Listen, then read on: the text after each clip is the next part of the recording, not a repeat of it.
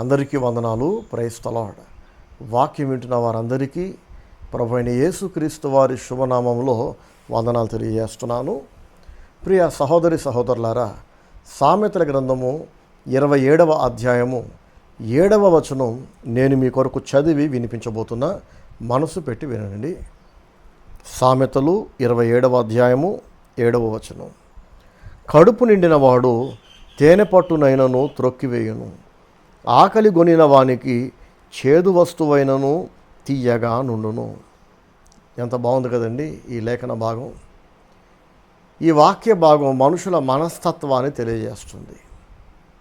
ఆహార పదార్థాల్లో ఎటువంటి మార్పు లేదు, కానీ అవి స్వీకరిస్తున్న వ్యక్తి యొక్క మానసిక స్థితి, అతని ఆకలి స్థితి గురించి ఇక్కడ తెలియజేయబడింది.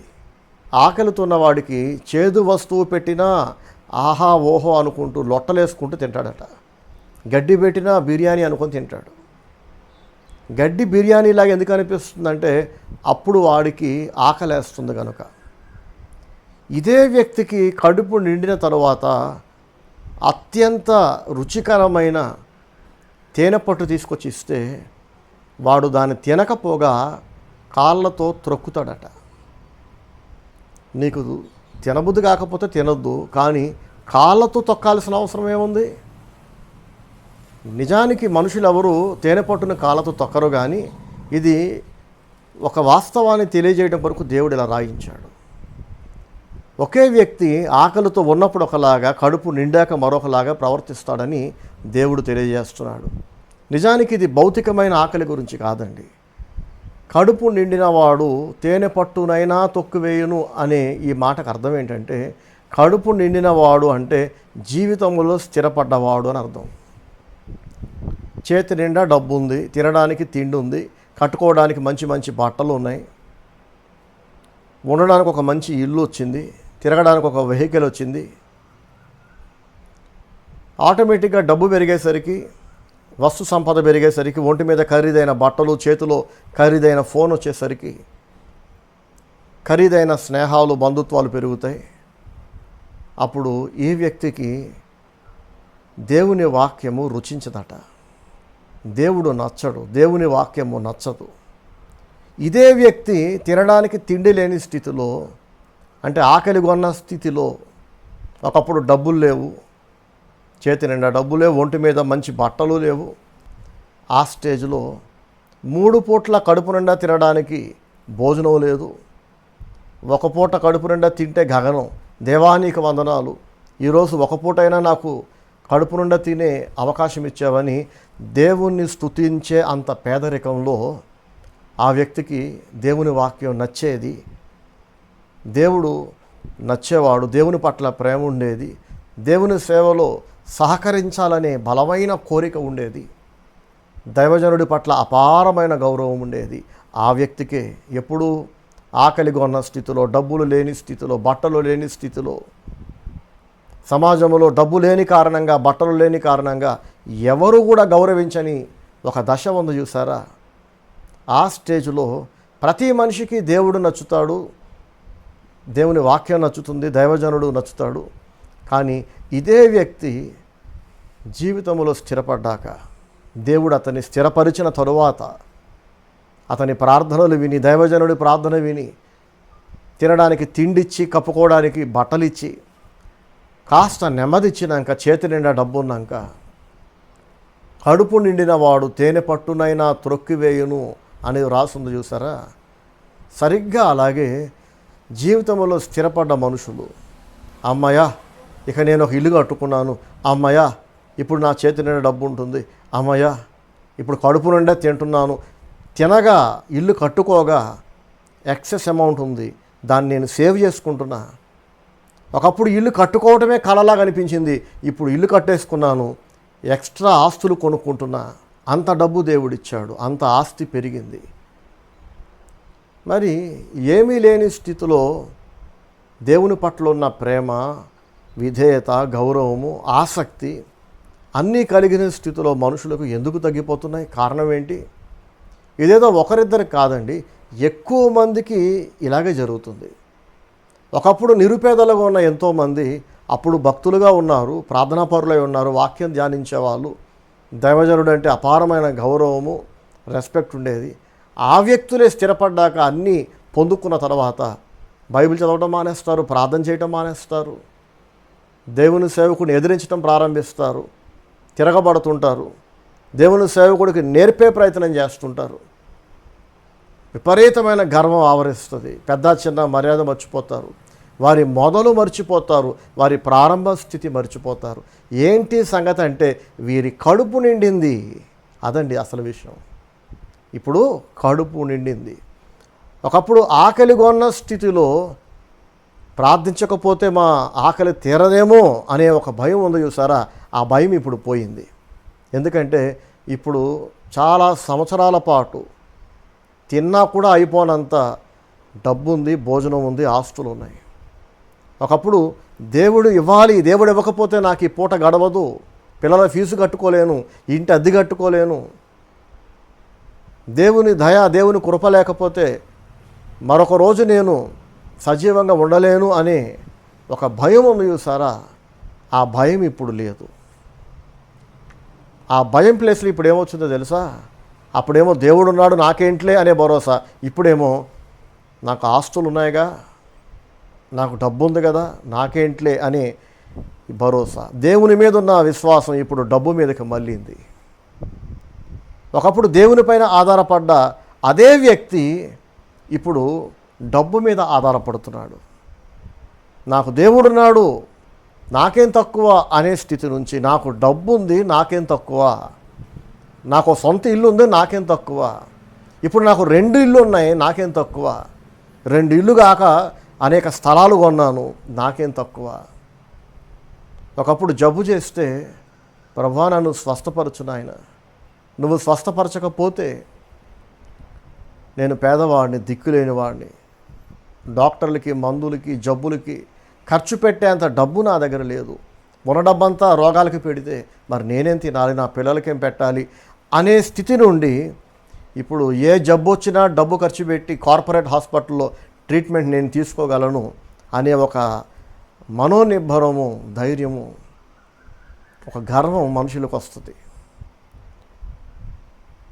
జబ్బు వస్తే రానివ్వండి, డబ్బు ఉందిగా, హెల్త్ పాలసీ కట్టేశాం కదా. కాబట్టి హెల్త్ పాలసీ అంటే ఏంటి? ప్రమాదాలు జరగకముందే ముందు జాగ్రత్తతో, ముందు చూపుతో ఒక పాలసీ కట్టుకోవటం. ముందే డబ్బులు కట్టేస్తాం కాబట్టి హెల్త్ ఇన్సూరెన్స్ కంపెనీ వాళ్ళు ఒకవేళ మనకి జబ్బు వస్తే ఎన్ని లక్షలైనా వాళ్ళే ఖర్చు పెట్టి మనకి ట్రీట్మెంట్ ఇప్పిస్తారు. సో హెల్త్ పాలసీ కట్టుకున్న ఎంతోమంది ఇక దేవుని పైన ఆధారపడటం మానేశారు. దేవుని మీద నుండి వీరి గురి డబ్బు మీదకి, హెల్త్ పాలసీల మీదకి, ఆస్తిపాస్తుల మీదకి వెళ్ళిపోయింది. ఒకప్పుడు ఏమీ లేవు కాబట్టి ఇవ్వు ప్రభువా అని ఏడ్చారు. ఇప్పుడు దేవుడు అన్ని ఇచ్చేశాడు కదా, ఇప్పుడు కొత్తగా దేవుడు ఇవ్వడానికి, దేవుడి నుండి తీసుకోవడానికి ఇంకేమీ లేదు, అన్నీ తీసేసుకున్నా, అన్నీ పొందేసుకున్నా, నేను అడగడానికి, దేవుడు ఇవ్వడానికి ఇంకా మిగిలింది ఏమీ లేదు అనే ఒక నమ్మకానికి వచ్చినాక, కాబట్టి ఇప్పుడు నేను ఎందుకు ప్రార్థన చేయాలి అనే ఒక ఫీలింగ్ వస్తుంది. ఇది బయటికి ఎవరు అనరు, నోటితో పలకరు, బయటికి పలికి అందరిలో ఎందుకు చెడ్డోళం అవ్వాలి కాబట్టి బయటికి పలకరు. ఎందుకు ప్రార్థన చేయాలి, ఏమంటే దేవుని ఎందుకు నమ్మాలి, దేవుని సేవ కొరకు డబ్బులు ఎందుకు ఇవ్వాలి అని బయటికి ఎవరు అనరు. కానీ మనం బయటికి పలికినా పలకకపోయినా మనం ఏం చేస్తున్నాం అనేది కదా ముఖ్యం. ఏం చెప్తున్నాం అనేది కాదు, ఏం చేస్తున్నాం అనేదే కదా మన అంతరంగాన్ని ఆవిష్కరించేది. కాబట్టి ఎంతోమంది ప్రార్థించకపోవడానికి, వాక్యము ధ్యానించకపోవడానికి, దేవుని సేవకు దూరంగా బ్రతకడానికి, దేవుని సేవతో సంబంధం లేకుండా అసలు ఆయన ఎవరు ఒకప్పుడు ఏ దేవునికి వీళ్ళు మొరపెట్టారో ఆ దేవుడే ఇప్పుడు ఎవరో అన్నట్లు ప్రవర్తించడానికి కారణం ఏంటంటే కడుపు నిండింది, జేబు నిండింది, అకౌంట్ నిండింది, బ్యాంక్ అకౌంట్లు నిండాయి, ఆస్తిపాస్తులు పెరిగాయి, తినగా తరగనంత ఆస్తి పెరిగింది, నెక్స్ట్ తరానికి కూడా దాచిపెట్టేంత డబ్బు పెరిగింది. కొంతమంది అయితే 3-4 తరాలకు సరిపడా దాస్తుంటారు. దేవుని వాక్యం ఏం చెప్తుందో తెలుసా? నువ్వు దాస్తావు కానీ రేపు నీ పిల్లలు దాన్ని అనుభవిస్తారా? మానవ చరిత్ర మనకేమి నేర్పిస్తుందండి? దావీదు మహారాజు ఎంతో ప్రయాసపడి విపరీతంగా ఆస్తులు పోగేశాడు. తన కుమారుడైన సొలొమోనుకి అప్పగించాడు. సాల్మన్ వాటిని రెట్టింపు చేసి తన కుమారుడైన రెహబాముకి ఇచ్చాడు. కానీ ఏమైంది? వీళ్ళు పోగేశారు, సమకూర్చారు, వారసులకైతే అప్పగించారు. కానీ ఆ వారసులు దాన్ని కుక్కలు చింపిన ఇస్తర్లాగా మార్చుకున్నారు. తల్లిదండ్రులు ఆస్తి ఇవ్వచ్చు, కానీ ఆ ఆస్తిపాస్తులు పిల్లలు అనుభవించాలంటే దేవుని ఆశీర్వాదము ఆ ఇంటి మీద ఉండాలి. ఎవరెవరైతే కడుపు నిండిన స్థితిలో కళ్ళు నెత్తికెక్కి గతాన్ని మర్చిపోయి తమకు అన్నీ అనుగ్రహించిన దేవుణ్ణి మర్చిపోయి లెక్క లేకుండా భక్తిహీనంగా బ్రతుకుతారో, అంటే కడుపు నిండిన స్థితిలో తేనె పట్టును తొక్కే వాళ్ళు ఉంటారు కదండి, దేవుణ్ణి మర్చిపోయేవాళ్ళు, దేవుని సేవకుడిని చులకనగా ఎంచేవాళ్ళు పిచ్చోళ్ళ చూస్తుంటారు. ఒకప్పుడు ఈ దైవజనుడే చేతులు జోడించి మా కొరకు ప్రార్థన చేయండి అని ఎవరినైతే అడిగారో, ఏ పాస్టర్ గారి దగ్గర అయితే తలదించి తల మీద చేయబెట్టి ప్రార్థన చేయమని అడిగారో ఆ పాస్టర్ని పిచ్చోళ్ళలాగా ఎగతాళి చేస్తూ లోకుగడుతూ ఇప్పుడు ఇలా ప్రవర్తిస్తున్నారు సరే కడుపు నిండిన స్థితిలో. ఇలాంటి వాళ్ళు దాస్తారు కానీ దాన్ని అనుభవించాలని దేవుని వాక్యం అంటుంది. సరే, ఇక నేరుగా ఒక మాటలో చెప్పాలంటే కడుపు నిండిన స్థితిలో తేనె పట్టునైనా మనుషులు తొక్కేస్తారని దేవుని వాక్యం అంటుంది. దైవజనుడైన మోషే ఇశ్రాయేలీలతో ఇలా అంటాడు, ఓ ఇశ్రాయేలీయులారా, మీరు మొదటి రోజు నుంచి ఈ రోజు దాకా మీ దేవుడైన యెహోవా మీద మీరు తిరగబడుతూనే ఉన్నారు.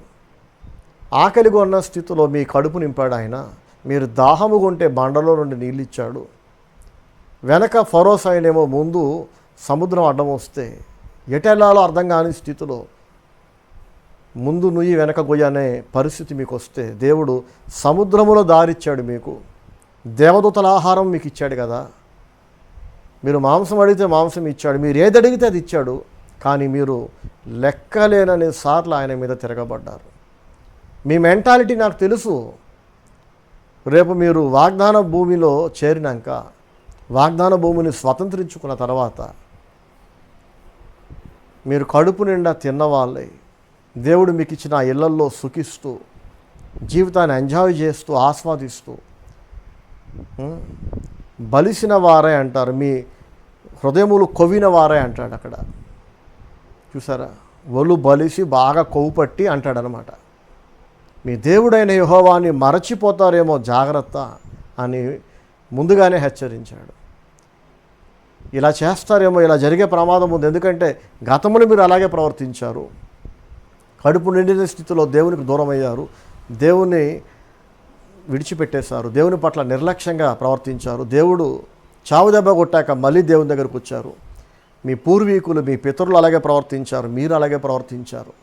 కాబట్టి ఇదే ప్రవర్తన రేపు వాగ్దాన భూమిలో కనుక మీరు రిపీట్ చేస్తే ఇంకేముందులే, వాగ్దాన భూమి పొందుకున్నాం, ఎక్కడ చూసినా పచ్చదనమే, ఎక్కడ చూసినా పంట, సమృద్ధి, సొంత ఇల్లు వచ్చేసాయి, ఆరోగ్యం ఉంది, అన్నీ కలిసి వచ్చాయి, ఇక మనకి ఏ లోటు లేదు అని మీరు భావించిన నాడు బాగా తిని సుఖించి బలిసిన వారే, కొవ్విన వారే మీ దేవుడైన యెహోవాని మరిచిపోతారేమో జాగ్రత్త అని వార్నింగ్ ఇచ్చాడు. ఒకవేళ మీరు కనుక అలా దేవుణ్ణి మరిచిపోతే, దేవుని మరిచిపోవడం అంటే ఏంటండి? దేవునికి సెకండ్ ప్లేస్ ఇవ్వటం అంటే మొదట దేవుని కంటే ఎక్కువగా ఇంకేదో ఆక్రమించుకుంది. డబ్బు కావచ్చు, లోక ఆశలు, శరీరేచ్ఛలు, ఏదో మొత్తానికి అక్కడ దేవునికి మాత్రం ఫస్ట్ ప్లేసు లేదు. ముందు దేవుడు, తర్వాత నా కుటుంబం, ముందు దేవుడు, తర్వాత నా అవసరాలు, ముందు దేవుడు, తర్వాత నా కోరికలు, ముందు దేవుడు, తర్వాత స్నేహితులు, బంధువులు అనే స్థితి నుండి దేవుడు తర్వాత అయిపోయాడు. దేవునికి లెస్ ఇంపార్టెన్స్ వచ్చేసింది, తక్కువ ప్రాధాన్యత. ముందు నేను, నా కుటుంబము, నేను, నా పిల్లలు, నేను, నా భవిష్యత్తు, నేను, నా కుటుంబ భవిష్యత్తు, నేను, నా స్నేహితులు, నా బంధువులు, నేను నేను నేను అనేది ముందుకు వచ్చేసింది. దేవుడు సెకండ్ ప్లేస్కి వెళ్ళిపోయాడు. ఎప్పుడు? కడుపు నిండిన స్థితిలో స్థిరపడ్డాక మోషే భక్తుడు వార్నింగ్ ఇచ్చాడు. మీరు కనుక ఆ స్థిరపడ్డ స్థితిలో, కడుపు నిండిన స్థితిలో దేవునికి సెకండ్ ప్లేస్ ఇస్తే, దేవుని మరిచిపోతే ఎవరినో అక్కడి నుంచి తరిమేసి పాపాత్ములైన మనుషులను, భ్రష్టులైన వారిని తరిమేసి వాళ్ళ స్థలాన్ని మీకు ఇచ్చిన దేవుడు మిమ్మల్ని కూడా అక్కడి నుంచి తరిమేస్తాడు జాగ్రత్త అన్నాడు. మోషే చెప్పినట్టు జరిగిందా లేదండి? ఒకప్పుడు విగ్రహారాధికులు, వ్యభిచారులు, నరహంతకులు, నిర్దోషుల రక్తాన్ని ఒలికించిన అన్యజనుల భూభాగాన్ని, ఆ అన్యులను తోలేసి దేవుడు ఇజ్రాయేలీయులకు ఇచ్చాడు. వీళ్ళు కడుపు నిండిన వాళ్ళై, స్థిరపడ్డ వాళ్ళై, సర్వ సమృద్ధి గలవారై, వీళ్ళు దేవుణ్ణి మర్చిపోయి మళ్ళీ అన్యజనుల్లాగా ఏమి తిందుమా, ఏమి త్రాగుదుమా, ఏమి ధరించుకుందుమా అని ఎంతసేపు శరీరం గురించి, వాటి అవసరాల గురించి నువ్వు తిన్నావు, నీ పిల్లలకు పెట్టావు. నెక్స్ట్ ఏంటంటే రాబోయే తరాల గురించట. మంచిదే, సేవింగ్స్ చేసుకోవడం తప్పు కాదు, మనం తినటం పిల్లలకి దాయడం తప్పు కాదు. నీతిమంతుడు తన పిల్లలను ఆస్తికర్తలనుగా చేస్తాడని దేవుని వాక్యం సెలవిస్తుంది. పిల్లలకి ఆస్తిపాస్తులు ఇవ్వటం, పిల్లలను అంటే మనవలకు కూడా ఆస్తులు ఇవ్వడం తప్పు కాదు. కానీ దేవుణ్ణి పరంగా పెట్టి పిల్లలకి మనవలకు ఆస్తులు ఇస్తారా? దేవుని మరిచిపోయి దేవుని సేవలో అసలు మీరు భాగస్థులు కాకుండా, దేవునికి దూరంగా, దేవుని సేవకు దూరంగా, దేవుని రాజ్యంతో మీకు సంబంధం లేనట్లుగా, ఎవరోనండి, ఎవరు దేవుడో నాకేం సంబంధం అన్నట్లుగా ఎంతోమంది తమ సమృద్ధిలో, తాము స్థిరపడ్డ స్థితిలో, తమ కడుపు నిండిన స్థితిలో, చేతి నిండా డబ్బు ఉన్న స్థితిలో దేవుణ్ణి మర్చిపోతుంటారు. అప్పుడు కుటుంబం గుర్తొస్తుంది, పిల్లలు గుర్తొస్తారు, మనవలు గుర్తొస్తారు, దేవుణ్ణి మర్చిపోతారు. ఇలా జరుగుతుందని మోషే వార్నింగ్ ఇచ్చినట్టే ఇశ్రాయేలీయులు దేవుణ్ణి మర్చిపోయారు. వారు స్థిరపడ్డ నాడు దేవుణ్ణి విడిచిపెట్టేశారు. వారికి అన్నీ గుర్తున్నాయి, దేవుడు తప్ప. అందరూ జ్ఞాపకం వచ్చారు, దేవుని పని తప్ప. అందరికీ ఫస్ట్ ఇంపార్టెన్స్ ఇచ్చారు, ఫస్ట్ ప్లేస్ ఇచ్చారు, దేవునికి తప్ప. మరి దేవుడు చూస్తూ ఊరుకుంటాడా? దైవజనుడైన మోషే ముందుగా హెచ్చరించినట్లుగా దేవుడు స్థిరపడిన ఇజ్రాయేలీలను వారి ప్రాంతము నుంచి తన్ని తోలేశాడట. వారిని స్థిరపరిచిన దేవుడే వారిని అస్థిరపరిచాడని లేఖనాలు మనకి తెలియజేస్తున్నాయి. బైబిల్ చరిత్ర మనకి తెలియజేస్తుంది. నా ప్రియ సహోదరి సహోదరులారా, ఒకప్పుడు దీనదశలో, ఒకప్పుడు దిక్కుమాలిన స్థితిలో దేవునికి మొరపెట్టి, దేవుని మీద ఆధారపడి, దేవునికి మొదటి స్థానం ఇచ్చి, ప్రతి రూపాయిలో 10వ భాగాన్ని దేవునికి తెచ్చిచ్చి, ప్రతి 10 రూపాయల 1 రూపాయి దేవునికి తెచ్చిచ్చిన మీరు దీవించబడ్డ తర్వాత, మీ సమృద్ధిలో, మీరు కడుపు నిండిన స్థితిలో, చేతి నిండా మీకు ఎక్సెస్ మనీ వచ్చిన స్థితిలో, మీ ఆస్తిపాస్తులు పెరుగుతున్న స్టేజ్లో ఇప్పుడు కూడా మీకు అదే ప్రేమ, అదే భక్తి దేవుని పట్ల ఉన్నాయా? ఆ డెడికేషన్ ఈరోజు మీ దగ్గర కనబడుతుందా?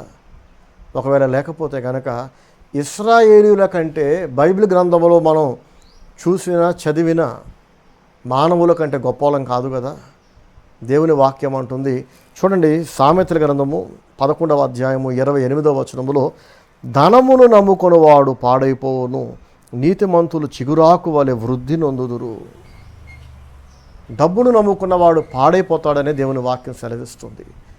నాకు దేవుడున్నాడు, నాకేంటిలే అనే స్థితి నుంచి, నాకు హెల్త్ ఇన్సూరెన్స్ ఉందిలే, నాకేంటి అని గనక మీరు ఆలోచిస్తున్నట్లయితే మీకు మూడిందనమాట.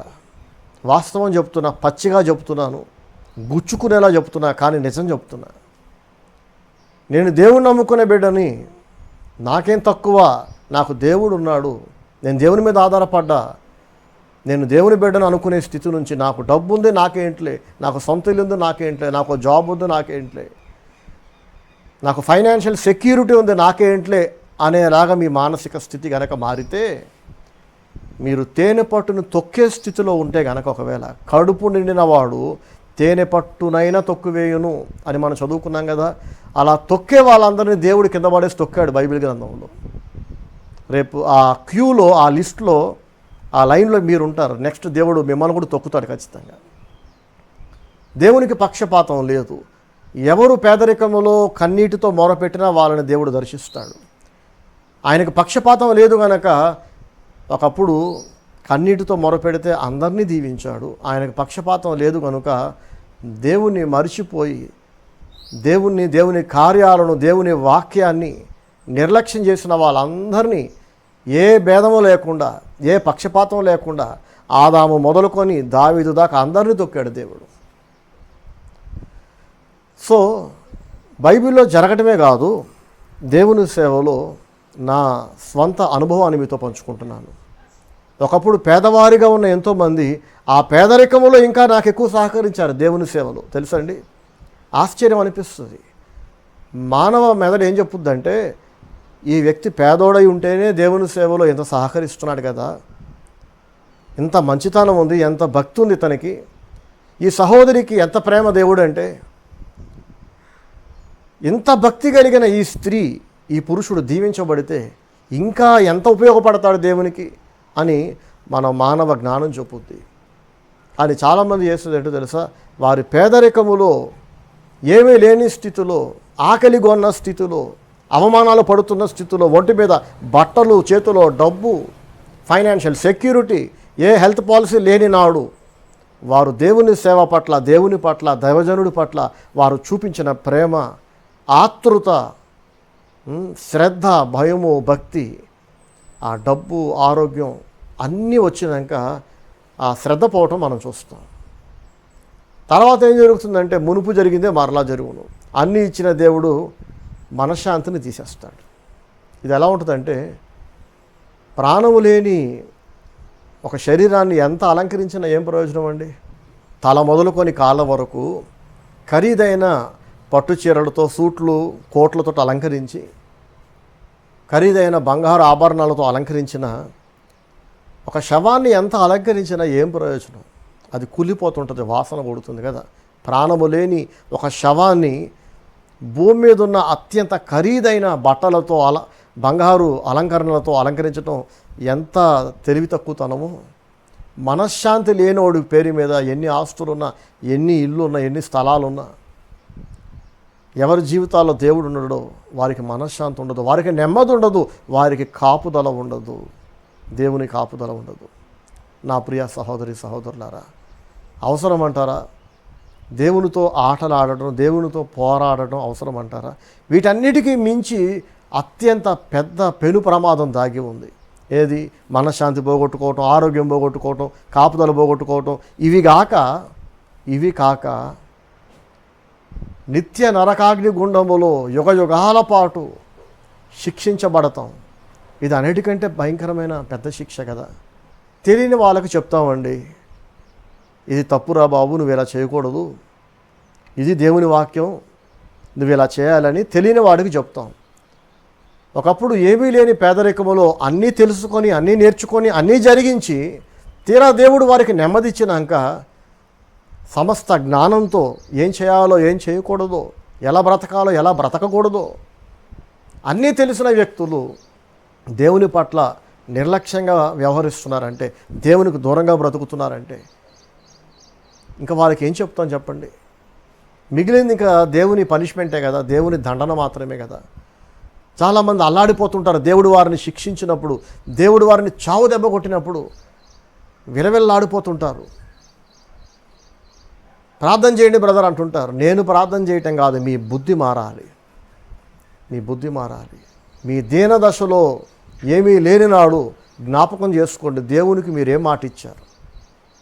ప్రభువా నన్ను దర్శించు నాయన, నన్ను దీవించు ప్రభువా, నేను నీ సేవ కొరకు అలా చేస్తా, నీ ఇలా చేస్తానని చెప్పి, నేను నీకోసం అలా బ్రతుకుతా, ఇలా బ్రతుకుతా అని ఆ రోజు హద్దులు లేకుండా ఎన్నో వాగ్దానాలు చేశారు కదా. నువ్వు నన్ను దీవిస్తే అలా చేస్తా, నువ్వు నన్ను దీవిస్తే ఇలా చేస్తా అని మీరు చేసిన వాగ్దానాలన్నీ మీరు దీవించబడ్డ తర్వాత నెరవేర్చారా లేదా? చాలామంది ఏమనుకుంటారంటే, మన దేవుడే కదండి, ఆ రోజు 100 ఇస్తామండి వాగ్దానాలు దేవునికి, అన్నీ నెరవేర్చాలంటే ఎలా కుదురుతుంది? దేవుడు అర్థం చేసుకుంటాడు అండి. ప్రభువా నన్ను క్షమించని ఒక మాట అంటే దేవుడు క్షమించేస్తాడు. లేదండి, నీ నోటి వెంట ఒక మాట మనుషులకు ఇచ్చినా నెరవేర్చాలి, దేవునికి ఇస్తే మరి ఖచ్చితంగా నెరవేర్చాలి. అవునంటే అవును, కాదంటే కాదు, అంతే. కానీ చాలామంది చేస్తున్న తప్పు, స్థిరపడక మునుపు జీవితంలో నెమ్మది లేని స్థితిలో, పేదరికములో, ఎవరూ లేని నాడు, ఒంటరిగా అందరి చేత విడిచిపెట్టబడ్డనాడు, ఆ రోజు దేవా నన్ను దర్శించు, నువ్వు నన్ను దీవిస్తే, దర్శిస్తే నేను నీకు అలా చేస్తా, ఇలా చేస్తా, అలా బ్రతుకుతా, ఇలా బ్రతుకుతా అని అడ్డు అదుపు లేకుండా వాగ్దానాలు చేస్తారు. దేవుడు వాళ్ళని ఆశీర్వదిస్తాడు. వారు దీవించబడ్డ తర్వాత 1-2 విషయాలు మాత్రమే వాళ్ళు జరిగిస్తారు. మిగతా విషయాలు గాలికి వదిలేస్తారు.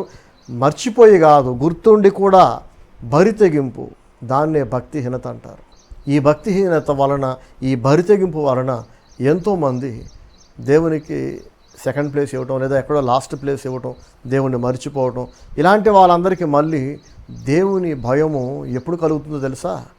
మళ్ళీ దేవుడు ఎప్పుడు గుర్తొస్తాడో తెలుసా? జబ్బు వస్తే డబ్బు ఖర్చు పెట్టి ట్రీట్మెంట్ ఇప్పించుకుంటాం. ఏమండి, డబ్బు ఉంది కదా.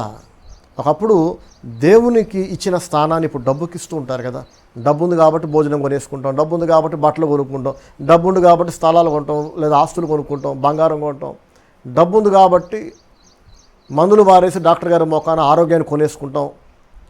డబ్బుతో ఏమేం చేయగలరో అన్నీ చేసుకోగలిగినంత కాలం ఇలాంటి మనుషులకు దేవుడు జ్ఞాపకం రాడు. కానీ ఒకరోజు వస్తుంది, డబ్బు ఎంత ఖర్చు పెట్టినా కూడా నీ రోగం నయం కాదు. నువ్వు బ్రతికినంత కాలం ఈ జబ్బు నిన్ను తింటుంటుంది. జనరల్గా చనిపోయినాక మనుషుల శరీరాలు కూలిపోతుంటాయి. కానీ దేవుడు శపించినప్పుడు ఏమవుతుందంటే, మనం బ్రతికుండగానే మన శరీరాన్ని, మన మనశ్శాంతిని, మన డబ్బుని, మన కాలాన్ని రోజు కొంత చీడ పురుగులాగా తినేసే ఒక జబ్బుని, ఏదో ఒక మాయరోగాన్ని దేవుడు మన దేహంలో పెడతాడు, మన కుటుంబంలో పెడతాడు. చచ్చిపోయినాక మన దేహాలు కూలిపోవటం కాదు, మనం బ్రతికి ఉండగానే, మనం ఇంకా ప్రాణాలతో ఉండగానే ఆ జబ్బులు, ఆ సమస్యలు మనల్ని తినేస్తుంటాయి. సో ఎంతోమంది ఆ దుఃఖముతో, ఆ బాధతోనే అలాగే చనిపోయి సమాధిలోకి వెళ్ళిపోతారు, నెమ్మది లేక, పీడించబడుతూ. అలాంటి దశలో మళ్ళీ వాళ్ళకి దేవుడు జ్ఞాపకం వస్తాడు. అప్పుడు ఏం ముఖం పెట్టుకొని ప్రార్థన చేస్తారు చెప్పండి దేవునికి? చాలామంది నాతో పలికిన మాట, ప్రార్థన చేయడానికి మాకు ధైర్యం లేదన్నా. ఏ ముఖం పెట్టుకొని దేవునికి మొరపెట్టాలి? మళ్ళీ చర్చికి రావాలని ఉందో మాకు, కానీ సిగ్గేస్తుంది. ఈ సిగ్గులేని ముఖంతో మిమ్మల్ని ఎలా ఫేస్ చేయాలన్నా?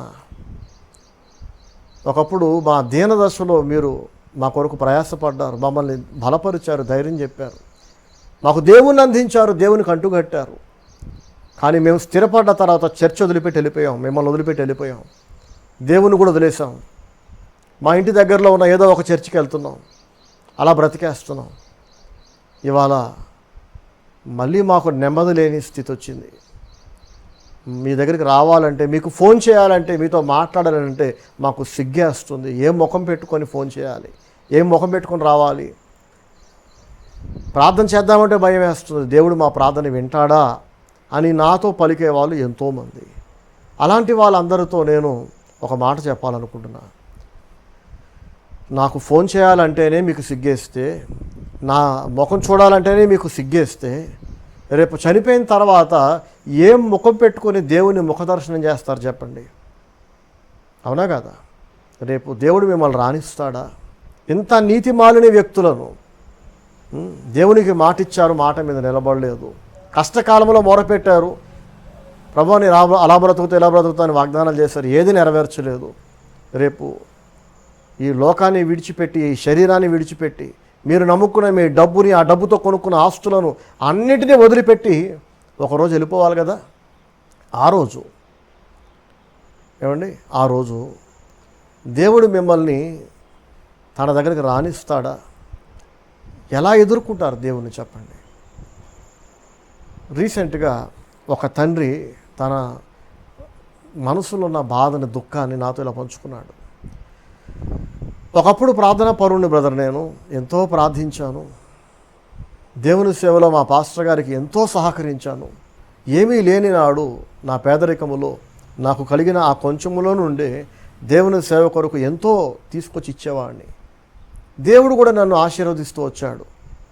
అయితే దేవుడు నన్ను దీవించిన కొలది నేను ఇంకా నమ్మకంగా ఉండేవాడిని. కానీ ఒక స్టేజ్కి నేను ఏ రేంజ్కి దీవించబడ్డానంటే, డబ్బు నాకు లెక్క లేకుండా పోయింది. చాలా ఆస్తులు కొనుక్కున్నాను. నా ఆస్తులు పెరిగాయి, నా చేతి నిండా డబ్బు పెరిగింది. మెల్లగా దేవుని పట్ల నాకు ఆసక్తి తగ్గింది. మెల్లమెల్లగా మా పాస్టర్ గారు కూడా ఇక నాతో మాట్లాడటం మానేశారు. ఎందుకంటే ఎవరికైనా ఒకసారి 2 సార్లు 200 సార్లు చెప్తామండి. బతుకంతా ఎంటపడి ఎవరిని బ్రతిలాడి భయపెట్టి దేవుని దగ్గరికి లాక్కు రాలేం కదా. ఆస్తిపాస్తులు పెరిగాయి, భక్తి తగ్గింది. తనకున్న ఒకగానొక కొడుక్కి ఇతను సంపాదించిన ఆస్తిపాస్తులన్నీ కొడుకు పేరు మీదకి ట్రాన్స్ఫర్ చేసేసాడు. భార్య పేరు మీద కొని పెట్టుకున్నాడు. తన పేరు మీద నామమాత్రంగా 1, 2 పెట్టుకున్నాడు. సింహభాగం అంటారు చూడండి, మెజారిటీ ఆఫ్ ద ప్రాపర్టీస్ అన్ని కొడుకు పేరు మీదకి ట్రాన్స్ఫర్ చేసేసాడు. దేవుడు కొడుకునిచ్చాడు. ప్రార్థిస్తే, దేవునికి మొరపెడితే, పేదరికములో, లేమిలో, కష్టకాలములో అన్నీ దేవుడిచ్చాడు. ఇప్పుడు ఈయన దేవుని మాత్రం మర్చిపోయి నేను, నా కొడుకు, నా పిల్లలు, నా బంధువులు, నా మనవళ్ళు ఇలాగే సాగిపోయిందంట ఇతని ఆలోచన. ఏమైందంటే ఊహించని ఒక వ్యాధి వచ్చింది. కొడుకు చచ్చిపోయాడు. చాలా డబ్బు ఉంది. కొడుకును బతికించుకోవడానికి అన్ని ప్రయత్నాలు చేశాడు, విశ్వ ప్రయత్నాలు చేశాడు. కానీ కొడుకు కంటే పెద్ద ఆస్తి ఏముంటుంది చెప్పండి? ఇప్పుడు కొడుకే పోయాడు. ఇప్పుడు ఆ ఆస్తి నెత్తిని కొట్టుకుంటాడా చెప్పండి? నా ప్రియ సహోదరి సహోదరులారా, నిజమైన ఆస్తి దేవుడే మనకి తెలుసండి. దేవుని తర్వాతే పిల్లలైనా, మనవళ్ళైనా, భార్య అయినా, భర్త అయినా, ఎవరైనా సరే దేవుణ్ణి మర్చిపోయి దేవుడిచ్చిన ఆశీర్వాదాలు ఉంటాయి సరే, వాటిని పట్టుకొని, వాటిని హత్తుకొని, అవే సర్వస్వం అనుకొని పిల్లలకి ఆస్తులు ఇవ్వడం తప్పు కాదు, కానీ ఆస్తులు మాత్రమే ఇవ్వడం తప్పు. దేవుణ్ణి అందించకుండా, దేవుని వైపు పిల్లల మనస్సును తిప్పకుండా, ఏమండి, వాళ్ళకి మీరు ఎన్ని ఆస్తులు ఇచ్చినా అవి అనుభవించాలంటే ముందు వాళ్ళు బతుకుండాలి కదా, వాళ్ళకి ఆరోగ్యం ఉండాలి, ఆయుష్ ఉండాలి కదా. మనం మన పిల్లలకి ఆస్తిపాస్తులు మాత్రమే ఇవ్వగలం, కానీ ఆ ఆస్తిపాస్తులు అనుభవించాలంటే కావలసిన ఆరోగ్యము, ఆయుష్, కాపుదల ఇచ్చేవాడు దేవుడు మాత్రమే కదా. కాబట్టి ఆ సహోదరుడు ఎంతో దుఃఖంతో చెప్తున్నాడు, ఇప్పుడు నేను మళ్ళీ దేవుని సేవలో సహకరిస్తున్నాను, కానీ భారీ మూల్యం చెల్లించాను బ్రదర్ నేను. తన అనుభవాన్ని చెప్తున్నాడు ఆయన. విన్నాక చాలా బాధ అనిపించింది. తర్వాత ఈయన దేవుని దగ్గరికి అయితే వచ్చాడు, కానీ కొడుకును పోగొట్టుకొని ఇంకా ఎన్ని ఆస్తులున్నా, ఎంత సంపాదించినా, ఇప్పుడు ఈ సహోదరుడు దేవుని సేవలో ఎంత సహకరించినా ఇక ఏం ప్రయోజనం చెప్పండి? జరగాల్సిన నష్టం జరిగిపోయింది కదా. ఇలాంటి నష్టం మన జీవితంలో జరిగితే మనం తట్టుకోగలమా? వింటూనే నేను అల్లాడిపోయాను. నాకు 2 కొడుకులు ఉన్నారు. నా ప్రియ సహోదరి సహోదరులారా, దేవుడు మనకి సంతానాన్ని ఇస్తే, మన కుటుంబాన్ని విస్తరింపజేస్తే, మన కుటుంబాన్ని బలపరిస్తే, దేవునికి పట్ల రుణపడి ఉండాల్సింది పోయి దేవుణ్ణి మర్చిపోయి నా ఇల్లు, నా కుటుంబం, నా పిల్లలు, నా మనవళ్ళు, నా బంధువులు, నీకు వీళ్ళందరినీ ఇచ్చింది దేవుడు కాదంటారా చెప్పండి? మీ కష్టంతో, మీ తెలివితేటలతో మీరు సంపాదించుకున్నారు ఇవన్నీ. ఎంతోమంది వాళ్ళ నోటితో వాళ్ళే సంఘాలలో సాక్ష్యం ఇస్తుంటారు. దేవుని దయ వలన నాకు పెళ్ళయింది, దేవుడు నాకు మంచి కొడుకునిచ్చాడు, దేవుడు నాకు మంచి కూతురునిచ్చాడు, దేవుడు నాకు మనవలను ఇచ్చాడు, దేవుడు నాకు బంధువులను ఇచ్చాడు, మా ఫ్యామిలీ పెద్దదయింది, పెరిగింది. మంచిదే, ఫ్యామిలీ పెరిగింది, ఆస్తులు పెరిగాయి, పిల్లల పేరు మీద, మనవళ్ళ పేరు మీద ఆస్తులు బాగానే ట్రాన్స్ఫర్ చేశారు. భక్తి మాత్రం తగ్గిపోయింది. దేవుడు దూరం అయిపోయాడు. దేవుడు మీ లైఫ్లో చులకన అయిపోయాడు అనుకోండి. ఇశ్రాయేలీయులను మోషే హెచ్చరించాడు చూసారా, ఆ హెచ్చరిక మన లైఫ్లో కూడా మనం అప్లై చేసుకోవాలి. మునుపు జరిగిందే మరలా జరుగును. బైబిల్ గ్రంథంలో ధనవంతుల గురించి యేసు ప్రభు అనేక సార్లు ప్రస్తావన చేశారండి. ఎందుకు అన్నిసార్లు ప్రస్తావించాడంటే, ధనవంతులు పరలోక రాజ్యములో ప్రవేశించుట దుర్లభము అన్నాడు ఆయన. అంటే హైలీ ఇంపాసిబుల్. ధనవంతులకు దేవుడు వ్యతిరేకమనా చెప్పండి? ధనవంతుడు పరలోక రాజ్యములో ప్రవేశించుట కంటే సూది బెజ్జములో ఒంటె దూరుట సులభం అన్నాడు యేసయ్య. అది ఈజీ అంటే ఇంకా ధనవంతులు పరలోక రాజ్యములో ప్రవేశించటం అంత అసాధ్యం అని కొండ బదలగొట్టినట్లు యేసయ్య ఎందుకు చెప్తున్నాడంటే, ఎప్పుడైతే ఒక వ్యక్తి ఏమీ లేనివాడు ధనవంతుడిగా అవుతాడో వాడి మనస్సు మారిపోతుంది. ధనాన్ని ఆరాధిస్తున్నాడు, డబ్బు ఉంటే చాలనుకుంటున్నాడు, డబ్బు ఉందిలే నాకేంటి అనుకుంటున్నాడు. డబ్బు పెరిగే కొద్దీ ఆ డబ్బు దేవునికి ఉపయోగపడాలి, బీదలకు ఉపయోగపడాలి, మనం తినాలి, మన పిల్లలకి దాయాలి. కానీ మొత్తం తినేసి మొత్తం దాచేసాం అనుకోండి, కొంత మాత్రమే దేవునికి, కొంత మాత్రమే బీదలకు ఖర్చు పెట్టాం అనుకోండి, మీరు శపించబడ్డ వాళ్ళు. దేవుని శాపం ఉంటుంది, మీ ఇంటి మీద ఉంటుంది, మీ డబ్బు మీద ఉంటుంది, మీరు పంచుతున్న ఆస్తుల మీద ఉంటుంది. ఆ ఆస్తులు ఏవైతే మీరు దాచుకున్నారో ఇతరులకు, మీ పిల్లలకి, మనవాళ్ళకి ఏమంటే మీరు పంచుకుంటూ పోతున్నారో, మీరు పంచే ఉద్దేశం ఏంటి? తరతరాలు అనుభవించాలనే కదా. ఆ తరతరాలు ఆరోగ్యంగా దీర్ఘాయుషుతో గనక వాళ్ళు లేకపోతే మీరు పంచిన ఆస్తి ఎవరిది అవుతుంది చెప్పండి. నిన్నటి రోజు ఒక ఆర్టికల్ చదివానండి న్యూస్లో. ప్రేమించి పెళ్లి చేసుకున్న ఇద్దరు యవనస్తులు బాగానే కలుస్తున్నారు చాలా కాలం. మరి ఎలా జరిగిందో ఏం జరిగిందో తెలియదు. భార్యకి పరాయి వ్యక్తితో అక్రమ సంబంధం ఏర్పడింది ఇద్దరు పిల్లలు పుట్టిన తర్వాత. ఈ విషయం భర్తకు తెలిసింది. ఎన్నోసార్లు నిలదీశాడు, గొడవలు అయ్యాయి, పెద్దలు పంచాయతీ పెట్టి మళ్ళీ కలిపారు. అయినా కూడా ఈమె అక్రమ సంబంధాన్ని విడిచిపెట్టలేదు. ఎవరితో అయితే అక్రమ సంబంధం పెట్టుకుందో ఆ వ్యక్తి ఎవరో కాదు, భర్త స్నేహితుడే, క్లోజ్ ఫ్రెండ్తో అఫేర్ పెట్టుకుంది. చివరికి ఒకరోజు ఎవరితో అయితే అఫేర్ పెట్టుకుందో ఆ వ్యక్తితో కలిసి, అంటే అతను ఎవరో కాదు, భర్త ఫ్రెండే కదా, ఆ వ్యక్తితో కలిసి భర్తని చంపేసిందట. భర్తని చంపేసింది. అతని దగ్గర ఉన్న డబ్బంతా తీసుకుని పారిపోయింది. పోలీసులకి దొరుకుతుంది కదా, ఏదో ఒక రోజు దొరికింది. కోర్టులో కేసు నడుస్తూ ఉండగా ఆ భర్త పేరు మీద రావాల్సిన ఆస్తిపాస్తులు, అతని తండ్రి వైపు నుంచి రావాల్సిన ఆస్తులు ఉంటాయి చూడండి, అవన్నీ మళ్ళీ లీగల్గా భార్య కనుక ఏమే వారసురాలు కాబట్టి ఏమో పేరుకే వచ్చాయట చట్టబద్ధంగా. వీటి గురించి ఒక అడ్వకేట్ ఒక న్యూస్ ఛానల్లో చెప్తుంటే విని చాలా బాధ అనిపించింది.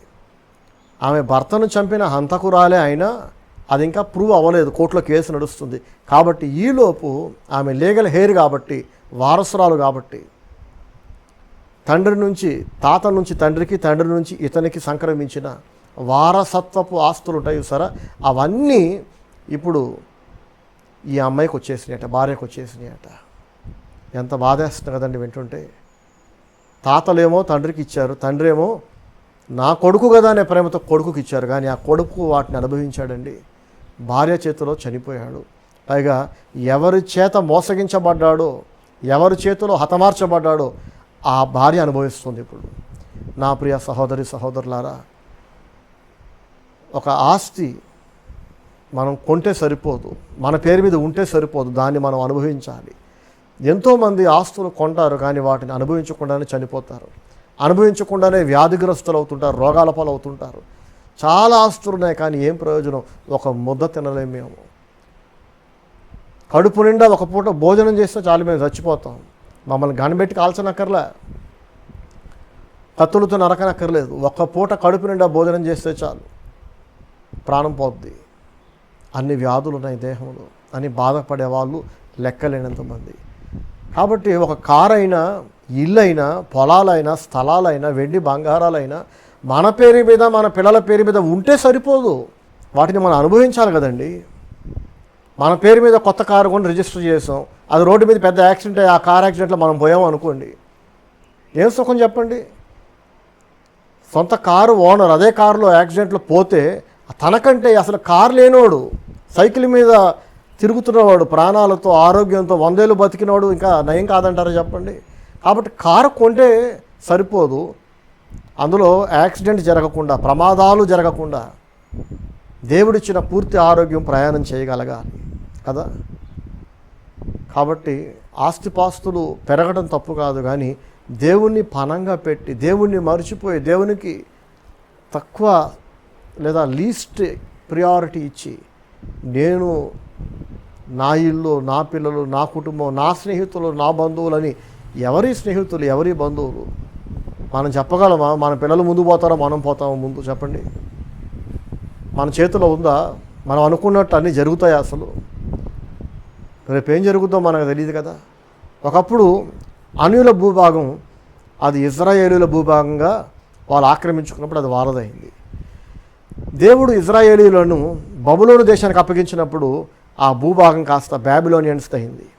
తర్వాత మాదీయ పారసీకులు వాటిని ఆక్రమించుకున్నారు, అది వాళ్ళదైంది. రీసెంట్గా మళ్ళీ 1948లో ఇజ్రాయెల్స్ మళ్ళీ ఆ భూభాగాన్ని ఆక్రమించుకున్నారు, ఇప్పుడు మళ్ళీ ఇజ్రాయేలులదైంది. చూసారా, ఇది నాది అని చెప్పుకోవడానికి ఒక భూమి, ఒక స్థలం స్థిరంగా ఒక వ్యక్తి పేరు మీద ఉందా చెప్పండి? మనం ఒక స్థలం కొన్నప్పుడు, లేదా ఒక కారు కొన్నప్పుడు, ఏదైనా ఒక ఆస్తి కొన్నప్పుడు, ఇది నాదండి, నా పేరు మీద రిజిస్టర్ చేయించానండి, నా భార్య మీద రిజిస్ట్రేషన్ చేయించానండి, నా కొడుకు అండి, నా కోడలండి అనుకుంటూ ఉంటాం కదా. రిజిస్ట్రేషన్ చేయించాం సరే, రేపు అది ఎవరి పేరు మీద ఉంటుందో? మీరు అనుకున్నారు పలానా వ్యక్తి పేరు మీద అది స్థిరంగా ఉండాలని, అందుకే దాన్ని స్థిరాస్తి అంటాం కదా.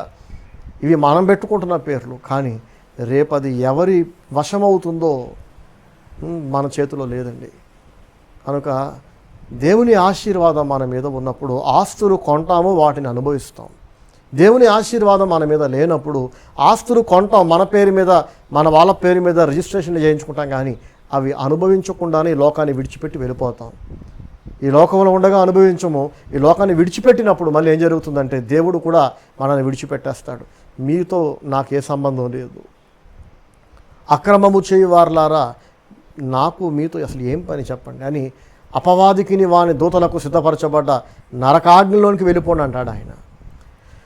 ఒకరోజు యేసు ప్రభు వెంట ఒక వ్యాపారస్తుడు వచ్చాడట. అనేక వ్యాపారాలు చేస్తున్న ధనవంతుడు వచ్చాడట. వచ్చి యేసుని అడిగాడట, సద్బోధకుడా, నిత్య జీవం పొందడానికి నేనేం చేయాలి అని అడిగాడట. చూడండి, ఇదంతా ఎక్కడ రాస్తుందో నేను మీ కొరకు చదివి వినిపిస్తా. మార్కు సువార్త 10వ అధ్యాయము 17వ వచనము నుంచి 25వ వచనం వరకు రాస్తున్నాయి. ఈ వ్యక్తి అంటాడు యేసయ్యతో, నిత్య జీవము పొందడానికి నేనేం చేయాలి అని అడిగాడు. నిత్య జీవం అంటే ఏంటి? నిత్య నరకాగ్నిగుండం నుంచి రక్షించబడి దేవుడు ఉండే చోటుకి వెళ్ళటమే నిత్య జీవం కదా. ప్రభువా, నేను మరణించినాక నరకాగ్ని పాలు కాకుండా నిన్ను చేరాలంటే నేనేం చేయాలి అనేది ఈ యవనస్తుడి ప్రశ్న. అప్పుడు యేసయ్య అన్నాడు, దేవుని ప్రేమించు, దేవునికి భయపడు, దేవుని ధర్మశాస్త్రం ఏమని వ్రాయబడిందో అవన్నీ చేయమన్నాడు. వ్యభిచారం చేయొద్దు, దొంగతనం చేయొద్దు, ఇవన్నీ చెప్పినాక వాడు అంటాడు, ఇవన్నీ నేను చేస్తూనే ఉన్నాను కదా అని అన్నాడు. నువ్వు ఏదైతే చెప్పావో అవన్నీ ఆల్రెడీ నేను చేస్తున్నా, ఇంకా నాకేదైనా కొదువు ఉందా?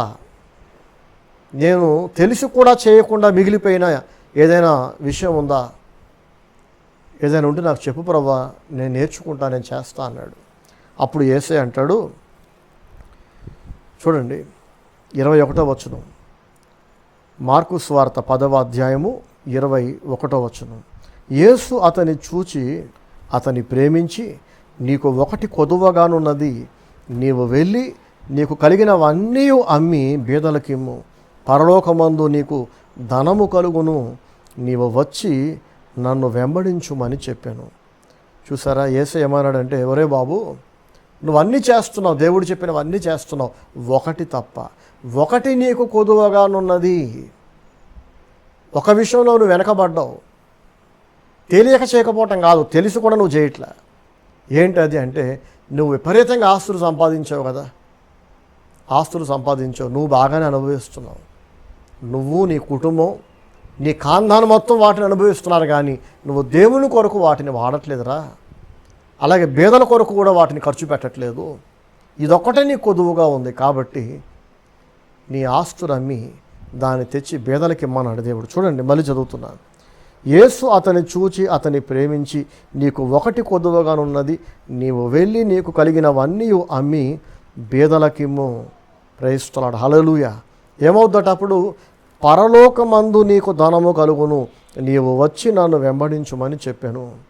అతడు మిగుల ఆస్తి గలవాడు గనుక ఆ మాటకు ముఖము చిన్నబుచ్చుకొని దుఃఖపడుచు వెళ్ళిపోయెను. అప్పుడు యేసు చుట్టూ చూచి, ఆస్తి గలవారు దేవుని రాజ్యములో ప్రవేశించుట ఎంతో దుర్లభమని తన శిష్యులతో చెప్పాను. ధనవంతుడు దేవుని రాజ్యములో ప్రవేశించుట కంటే ఒంటే సూది బెజ్జములో దూరుట సులభము. చూసారండి, ఈ ధనవంతుడు తన ధనాన్ని ఎంత ప్రేమిస్తున్నాడంటే దేవుని వాక్యము జరిగించడానికి ఇష్టపడట్లేదు. యేసయ్య అన్నాడు, నీ ఆస్తిని అమ్ము అంటే దాని అర్థం అన్నీ అమ్మేసి బికారోడిగా మారమని కాదండి. నీకు కలిగిన ఆస్తిలో నువ్వు అనుభవిస్తున్నావు, నీ కుటుంబం కొరకు వాడావు, నీ బంధువుల కొరకు వాడావు. 3-4 తరాలు లేదా అనేక తరాలు. మనం ఇండియాలో చూడండి, రాజకీయ నాయకులు, ఫిలిం స్టార్స్, వ్యాపారస్తులు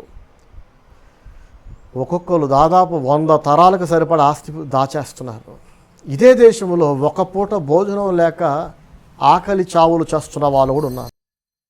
కానీ ఏ రాజకీయ నాయకుడికైనా, ఏ ఫిలిం స్టార్కైనా, ఏ కోట్లు సంపాదించిన వ్యాపారస్తుడికైనా ఎన్నడైనా తడుతుందా? అసలు ఎన్నడైనా వాళ్ళకి బాధ అనిపిస్తుందా? ఇదే దేశంలో ఒక పూట భోజనం లేక, తాగడానికి సరైన నీళ్లు లేక, ఉండడానికి ఇల్లు లేక, ఒళ్ళు కప్పుకోవడానికి స్త్రీలకు, వయసులో ఉన్న ఆడపిల్లలకి బట్టలు లేక చచ్చిపోతున్న వాళ్ళు, నాశనం అయిపోతున్న వాళ్ళు నా కళ్ళ ముందు, నా దేశంలో, ఇదే దేశంలో కొన్ని కోట్ల మంది ఉండగా నాకెందుకు ఇన్ని ఆస్తులు?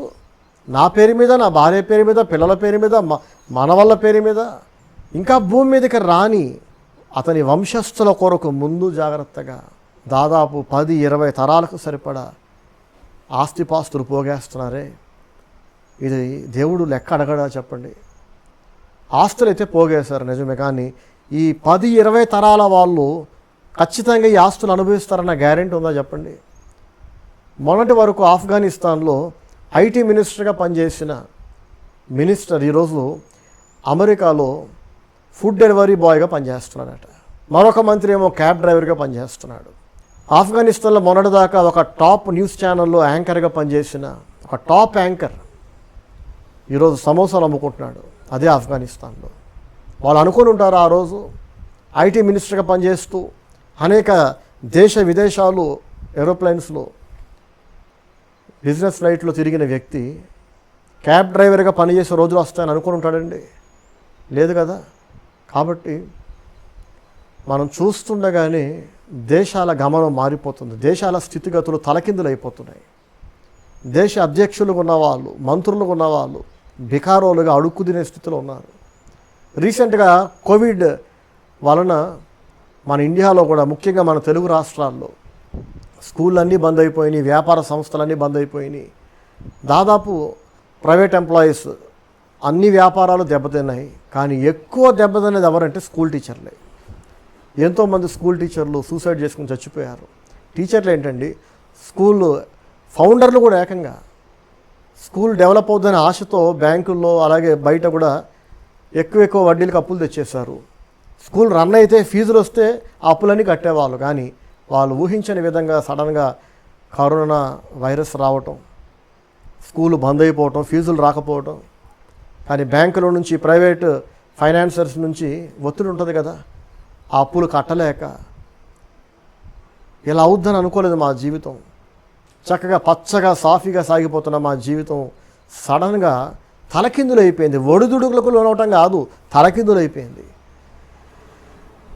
మరి కరోనా వైరస్ అలాగే ఆగిపోద్ది కదా, 1 సంవత్సరం 2 సంవత్సరాలు ఆగితే అప్పుడు అప్పులు కట్టుకోవచ్చు కదా. అంటే ఇప్పుడు ఆగిపోయినా, మళ్ళీ స్కూల్స్ స్టార్ట్ అయినా, మళ్ళీ పిల్లలు ఫీజులు కట్టినా కూడా ఒక 10 ఏళ్ళు తర్వాత కూడా ఈ అప్పులు, ఈ వడ్డీల నుంచి మేము బయటపడతామన్న నమ్మకం మాకు లేదు అని నిన్నటిదాకా ఒక స్కూల్ ఓనర్ హోదాలో గౌరవ మర్యాదలు పొందుకొని మేము లోనిస్తామని అందరూ షూరిటీ లేకుండా లోన్లు పొందుకుని ఎంతోమంది ఆత్మహత్యలు చేసుకోవటం మనం చూసాం కదా. ఎవరు కలగన్నారు చెప్పండి కరోనా అనే ఒక వైరస్ వస్తుందని? మీరు అనొచ్చు కరోనా వలన స్కూల్ టీచర్లే కదా, వ్యాపారస్తులే కదా అని. నా ప్రియ సహోదరి సహోదరులారా, రాబోయే రోజులలో మిమ్మల్ని అస్థిరపరచపోయే మరొక ఉపద్రవం, మరొక సమస్య రాదని మీరు గ్యారంటీ ఇవ్వగలరా? మీరు చెప్పగలరా చెప్పండి? ఆఫ్ఘనిస్తాన్లో మంత్రులు కార్ డ్రైవర్లుగా, ఏమండి ఫుడ్ డెలివరీ బాయ్స్ లాగా బ్రతుకుతారని వాళ్ళు అనుకోలేదు కదా. ఎంతోమంది టీచర్లు అయితే టిఫిన్ సెంటర్లు పెట్టుకున్నారు, బజ్జీ బండ్లు నడిపించుకున్నారు, మైసూర్ బజ్జీ బోండాలు వేసుకుంటూ బతికారు. కొందరైతే చెప్పులు అమ్ముకుంటూ బతికారు, కొందరు కూరగాయల కొట్లు పెట్టుకున్నారు. అవమానమే కదా. నిన్నటిదాకా ఒక గౌరవప్రదమైన వృత్తిలో ఉన్న, టీచర్ వృత్తిలో ఉన్న కొంతమంది చావలేక, భార్య పిల్లల్ని చంపుకోలేక చెప్పులు అమ్ముకోవటం ఏంటి చెప్పండి, కూరగాయలు అమ్ముకోవటం ఏంటి, టీ స్టాల్లో టీ అమ్ముకోవటం ఏంటి? తప్పు లేదు, వాళ్ళు మంచి పని చేశారు. ఆత్మహత్య చేసుకోవటం బదులు ఏదో ఒక పని, ఏ పనైనా అది అవమానకరమైంది కాదు కదా.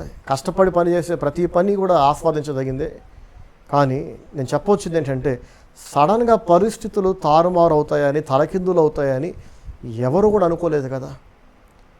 ఇజ్రాయేలీయులు ఎలాగైతే తమ భూభాగాన్ని పోగొట్టుకున్నారో, తర్వాత పొందుకున్నారు, మళ్ళీ పోగొట్టుకున్నారు. ఈరోజు మన పేరు మీద ఉన్న ఆస్తులు, మన పేరు మీద ఉన్న కార్లు కావచ్చు, స్థలాలు కావచ్చు, రేపు అవి ఖచ్చితంగా మన పిల్లలు అనుభవిస్తారని మీరు గ్యారంటీ ఇవ్వగలరా? దేవుని ఆశీర్వాదం మన మీద లేనప్పుడు మనం సమకూరుస్తాం, కానీ వాటిని అనుభవించలేము. కానీ ఇక్కడ యేసు ప్రభు చెప్పిన యవనస్తుడు అన్నాడు చూడండి, వాడు మిక్కిలి ధనవంతుడట. వాడికి మిక్కిలి ధనం ఉంది కానీ దేవుని పట్ల భయము భక్తి లేదు.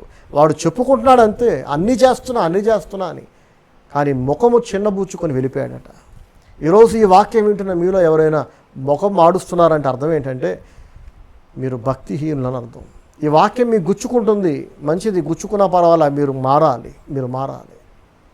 ఒకప్పుడు ఏమీ లేని మీరు ఈరోజు సర్వ సమృద్ధి కలిగిన వాళ్ళైతే, కడుపు నిండిన స్థితిలో కనుక మీరుంటే, ఈ కడుపు నిండిన మీ స్థితిలో, మీ సమృద్ధి కలిగిన స్థితిలో, మీ సమృద్ధిలో నుండి మీరు దేవుని కొరకు గనక మీ ధనాన్ని, మీ ఆస్తిని ఖర్చు పెట్టకపోతే, బీదల కొరకు వాడకపోతే, వాడుతున్నాం అంటారేమో, దేవునికి ఎంత వాడుతున్నారు, మీ కొరకు ఎంత వాడుకుంటున్నారు, అది కూడా లెక్కేయండి. దేవుడు ఇది కూడా చూస్తాడు. మరొక రోజు యేసు ప్రభు తన శిష్యులతో మరో విషయాన్ని పంచుకున్నారు. అదేంటంటే, మందిరంలో కూర్చొని కానుకలేస్తున్న వాళ్ళందరి కానుకలను చూస్తూ వచ్చాడట. అసలు యేసయ్య ఈ బీద విధవరాలి అర్పణ గురించి, అలాగే ఆ రోజు దేవుని మందిరంలో కానుకలేస్తున్న వాళ్ళ గురించి ఎందుకు చెప్పాల్సి వచ్చిందంటే, మనుషుల మనస్తత్వాలు తెలియజేయడానికి, ఎవరు భక్తులు ఎవరు భక్తిహీనులు అనేది తెలియజేయడానికి, స్పష్టంగా తెలియజేయడానికే ఈ బీద విధవరాలు అర్పణ గురించి, చాలామంది ధనవంతులు తమ సమృద్ధుల నుంచి తెస్తున్న కానుకల గురించి యేసయ్య చెప్పారు. యేసయ్య చెప్పారంటే అది ఖచ్చితంగా అవసరం, మనం కూడా ధ్యానించి తీరాలి. మార్కు సువార్త 12వ అధ్యాయము 41 నుండి 44 వరకు. ఆయన కానుక పెట్టె ఎదుట కూర్చుండి జనసమూహము ఆ కానుక పెట్టెలో డబ్బులు వేయుట చూచుచుండెను. కానుక పెట్టెలో డబ్బులు వేయుట చూస్తున్నాడట. అందరూ కానుకలు వేస్తుంటే వాళ్ళు వేస్తున్న కానుకలు చూస్తూ ఉన్నాడు యేసయ్య. ఎందుకు చూస్తున్నాడంటే ఎవరి అంతరంగం ఏంటో ఆయనకు తెలుసు కదా, అది అందరికీ చెప్పడానికి. ధనవంతులైన వారు అనేకులు అందులో విశేషముగా సొమ్ము వేయుచుండిరి. చూసారా, ధనవంతులైన వాళ్ళు కూడా కానుకలు వేస్తున్నారు, వాళ్ళేమి వేయకుండా ఏమి లేరు. కానీ ఒక బీద విధవరాలు వచ్చి 2 కాసులు వేయగా ఆయన తన శిష్యులను పిలిచి, కానుక పెట్టెలో డబ్బులు వేసిన వారందరికంటే ఈ బీద విధవరాలు ఎక్కువ వేసనని మీతో నిశ్చయముగా చెప్పుచున్నాను. చూసారండి, ఇక్కడ ఎక్కువ గురించి మాట్లాడుతున్నాడు. ధనవంతులు తమ ధన సమృద్ధిలో నుంచి కానుకలు తెచ్చేస్తున్నారు, బీద విధవరాలేమో 2 కాసులు వేసింది, కానీ ఈమె ఎక్కువ వేసింది అని యేసయ్య అంటున్నాడు. ఎలా ఎక్కువ వేసిందట చూడండి, 44వ వచనం. వారందరూ అంటే ఆ ధనవంతులందరూ తమకు కలిగిన ధన సమృద్ధిలో నుండి వేసిరి, కానీ ఈమె తన లేమిలో తనకు కలిగినదంతయు అనగా తన జీవనమంతయు వేసనని చెప్పెను. చూసారా, ధనవంతులంతా వారికి కలిగిన సమృద్ధిలో నుండి కొంత తెచ్చారట. ఇది చాలాసార్లు నేను చెప్పాను. చాలా ఉంది, కానీ ఆ చాలా ఉన్న ఆ సమృద్ధిలో నుండి వాళ్ళు చాలా ఎక్కువ తేలేదు. వారు తాము కలిగి ఉన్న సమృద్ధితో పోలిస్తే వాళ్ళు ఇచ్చింది బహు తక్కువ, అంటే వాళ్ళు ఇంకా ఎక్కువ ఇవ్వవచ్చు. చూసారా, ఇక్కడ యేసయ్య చెప్పిన ఉద్దేశం ఏంటంటే, ధనవంతులు కూడా దేవునికి అర్పణ ఇచ్చారు, కానీ వారు దేవుని నుండి పొందుకున్న ఆస్తిపాస్తులతో పోలిస్తే వాళ్ళు ఇచ్చింది తక్కువ. వారు పొందుకుంది ఎక్కువ, కానీ వాళ్ళు ఇస్తున్నది మాత్రం బహు తక్కువ. కానీ ఈ బీద విధవరాలు అంటే భర్త లేడు కదా, భర్త లేని ఈ స్త్రీ ధనవంతురాలేం కాదు, బీద వ్యక్తి. ఆలోచించండి, ముందే భర్త లేడు, పైగా బీద ఆమె దగ్గర ఉన్నది మొత్తం కలిపి ఆ 2 కాసులేనట. పైగా అదే ఆమె జీవనమంతా, అంటే ఆమె నెల జీతం కావచ్చు, ఆ జీవనమంతా తీసుకొచ్చి దేవుని అర్పణ పెట్టులో వేసేసిందట. కాబట్టి యేసయ్య అంటాడు, ఆమె ఆమె కలుగున్న మొత్తం దేవునికి ఇచ్చేసింది. ధనవంతులు కూడా వారి కలుగున్న మొత్తం తెచ్చి ఇవ్వచ్చు కదా, పోనీ అందులో సగం ఇవ్వచ్చు కదా, లేదా అందులో చాలా ఇవ్వచ్చు కదా. వారు తాము కలిగిన సమృద్ధిలో దేవుని వలన దీవించబడ్డారు, హెచ్చించబడ్డారు, ఆశీర్వదించబడ్డారు. ఏమీ లేని వాళ్ళు ఇప్పుడు ధనవంతులయ్యారు, మంచిదే. ఈ ధనవంతులు ఏం చేయాలంటే తమ ధన సమృద్ధుల నుండి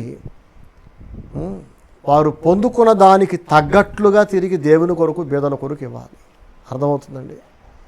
మేము ఇస్తున్నాములే, ఎంతో కొంత ఇస్తున్నాములే అంటే దేవుడు అంటాడు అది సరిపోదు. అలా చేసిన దానికి, ఇచ్చిన దానికి విలువ ఉండదు. ఎవరు ఏం చేసినా వారి శక్తి కొలది చేయాలి. చిన్నపిల్లలు వాళ్ళ చిన్న వయసుకు తగ్గట్టే తింటారు, అందుకు తగ్గట్టే పనిచేస్తారు. వారు పెద్దవాళ్ళు వాళ్ళ వయసుకు తగ్గంత భోజనం తింటారు కదా, వాళ్ళ ఎత్తుకి, వాళ్ళ బరువుకి, వాళ్ళ శరీరాలకు సరిపడ్డ పని చేస్తారు, అంత ఆహారం తీసుకుంటారు కదా. అలాగే దేవునికి, బేదలకి ఖర్చు పెట్టేటప్పుడు కూడా జ్ఞాపకం పెట్టుకోండి, ప్రతి వ్యక్తి తన సమృద్ధిలో నుండి తన సమృద్ధికి తగ్గట్లు ఇవ్వాలి. నీ కొరకు, నీ కుటుంబం కొరకు నువ్వు దాచింది ఎంత, దేవుని కొరకు తీసుకొచ్చి వాడుతున్నది ఎంత. కాబట్టి నా ప్రియ సహోదరి సహోదరులారా, ప్రతి ఒక్కరూ, మనలో ప్రతి ఒక్కరూ కూడా దేవుడు మనల్ని దీవించిన కొలది, మనం దీవించబడ్డ కొలది, దేవుని నుండి మనం పొందుకున్న కొలది, మనం కలిగిన సమృద్ధికి తగ్గట్లుగా, మన ఆస్తిపాస్తులకు తగ్గట్లుగా దేవుని కొరకైనా బీదల కొరకైనా మనం ఖర్చు పెట్టాలి. ఇది దేవుని వాక్యం తెలియజేస్తుంది.